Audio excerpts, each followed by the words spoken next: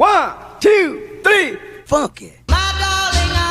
Halo, Assalamualaikum warahmatullahi wabarakatuh. Saya Gita Alfiandi dari Universitas Muhammadiyah Gresik, Prodi Manajemen dengan NIM 170301228. Di sini saya akan menjelaskan mengenai mengelola manajemen stres di masa pandemi COVID-19.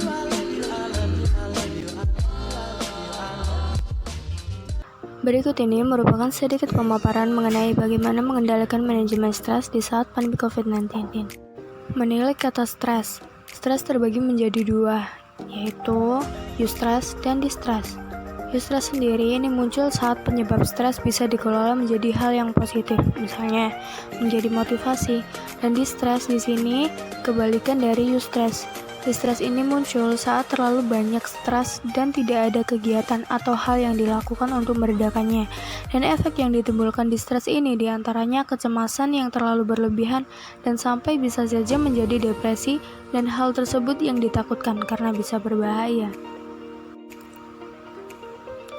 Dengan adanya pandemi, jika secara general orang yang rentan terhadap stres biasanya orang tua yang mengharuskan mengasuh anaknya di rumah, anak-anak dan remaja, para lansia, dan orang yang mempunyai penyakit kronis yang beresiko lebih tinggi terpapar COVID-19, para garda terdepan yang merawat pasien COVID, orang-orang yang memiliki kondisi kesehatan mental, dan keluarga yang bisa dikatakan itu dari kalangan sosioekonomi yang rendah.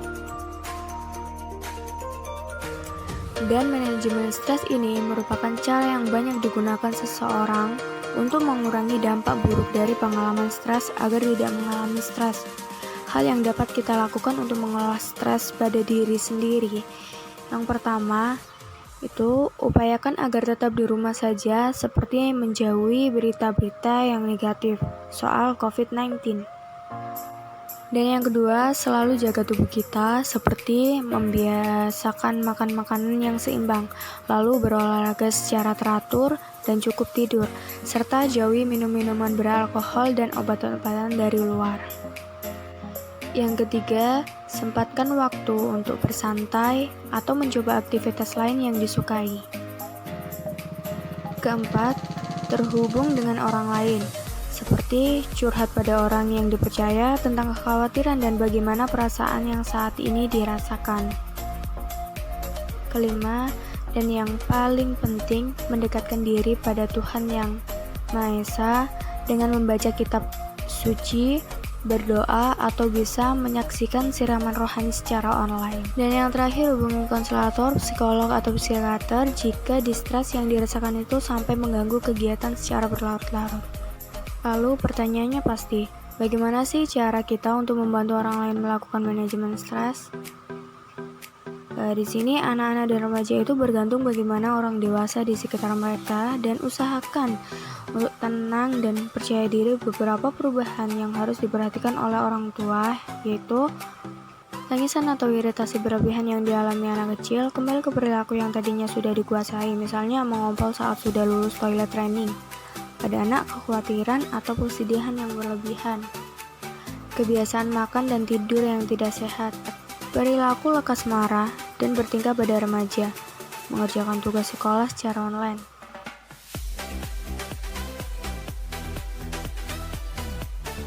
Kesulitan memusatkan perhatian dan berkonsentrasi, tidak tertarik pada apapun, menyendiri atau murung, sakit kepala yang tidak jelas sumbernya atau sakit tanpa sebab, penggunaan alkohol, rokok, atau obat-obatan yang lainnya.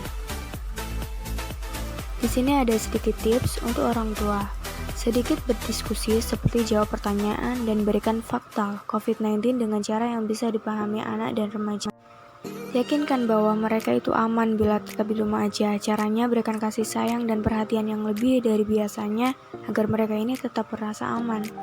Usahakan untuk menyaring informasi apapun yang diterima anak dan remaja, karena mungkin mereka salah mengartikan apa yang dilihat dan jadi takut berlebihan.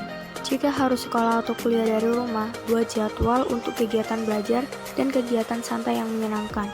Tanyakan aktivitas apa anak yang disukai. Beritahu pada anak dan remaja untuk menjauhi berita negatif yang ada di media sosial mereka. Berdiskusilah dengan guru mengenai kondisi dan jika tugas yang diberi dirasa terlalu membebani anak. Jika pada remaja, tawarkan dulu bantuan untuk berkomunikasi dengan guru atau dosennya dan bagaimanapun hargai keputusan anak. Ajak anak beristirahat, tidur secara cukup, berolahraga, dan makan yang bergizi. Rutin mengajaknya berdiskusi dengan teman dan anggota keluarga melalui video call. Bimbing anak untuk beribadah dan berdoa, mendekatkan diri pada Tuhan Yang Maha Esa sesuai kepercayaannya masing-masing. Dan di sini, bagaimana jika orang tua yang merasa stres? Yang dilakukan pertama ialah temukan posisi duduk yang nyaman.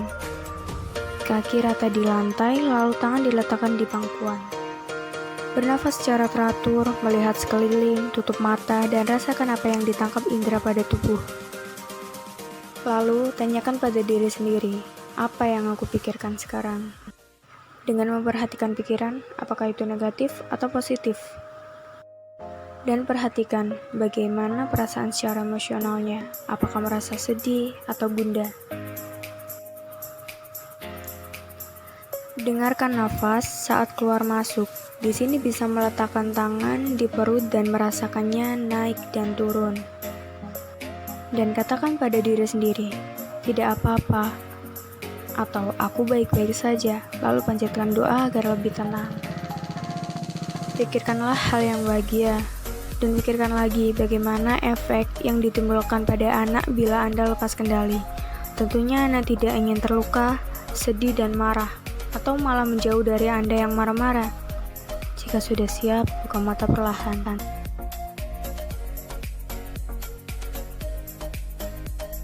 Dan itulah sedikit pemaparan mengenai bagaimana mengendalikan manajemen stres di masa pandemi ini. Semoga pemaparan tersebut dapat bermanfaat. Tetap stay healthy, stay safe, sampai jumpa, dan terima kasih.